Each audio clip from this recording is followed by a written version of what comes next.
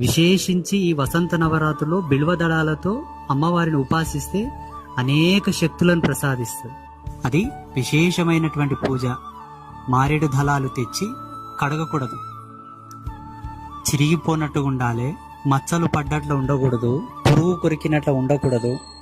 పూర్ణత్వంతో ఉండేటటువంటి దళములు 108 తెచ్చి రక్తచందనంని లేపనంతో కలిపి వాటిలో కొన్ని సుగంధ ద్రవ్యాలు వేసి దానిమ్మ పుల్లను పెన్సిల్లాగా చెక్కి ఆ దానిమ్మ పుల్లతో ఆ లేపనం అద్దుకొని ఒక్కొక్క దళం మీద ఒక మూలమంత్రం రాసి, బిల్వం అంటే 3 దళాలు ఉంటాయి కదా, 3 మీద దేవి మూలమంత్రాన్ని రాసి ఒక తోట భద్రపరచుకోవాలి.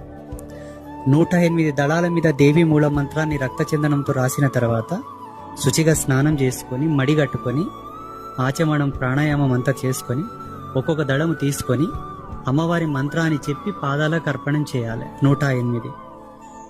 108 అయిపోయిన తర్వాత జగన్మాతకు సాష్టాంగ నమస్కారం చేసుకొని కొబ్బరికాయ కొట్టి హారతిస్తే నువ్వేం అడిగితే అది ఇస్తావు.